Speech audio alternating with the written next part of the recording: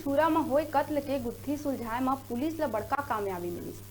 छुरा मामूली पारा में मिले लाश के पहचान छुरा निवासी जयप्रकाश उर्फ गोलू अग्रवाल के रूप में हुई। मृतक के पत्नी और ओकर प्रेमी आरोपी निकली। मृतक के पत्नी और आरोपी के अवैध संबंध रही। साक्ष्य छुपाए बर लाश ला साड़ी और सीमेंट के बोरी ले ढक के झाड़ी में छुपा के रखे रही। क्रैकर डॉग स्क्वाड घटना स्थल मृतक और संदेही आरोपी के घर में जाके अहम सुराग दिए, जेमा पुलिस ला मदद मिली।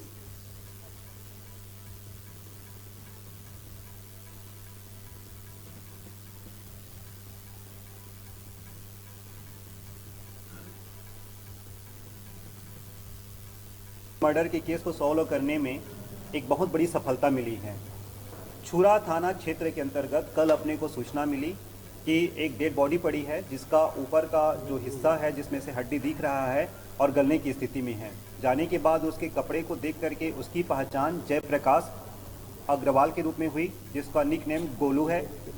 वहाँ पर हमारे डॉग स्क्वाड की सहायता से हम लोगों ने डॉग स्क्वाड का हम लोगों ने सपोर्ट लिया। डॉग सीधा उसके कपड़े को सूंघ करके मृतक के घर के गया और उसकी पत्नी के पास जहाँ उसका घर था वहाँ गया।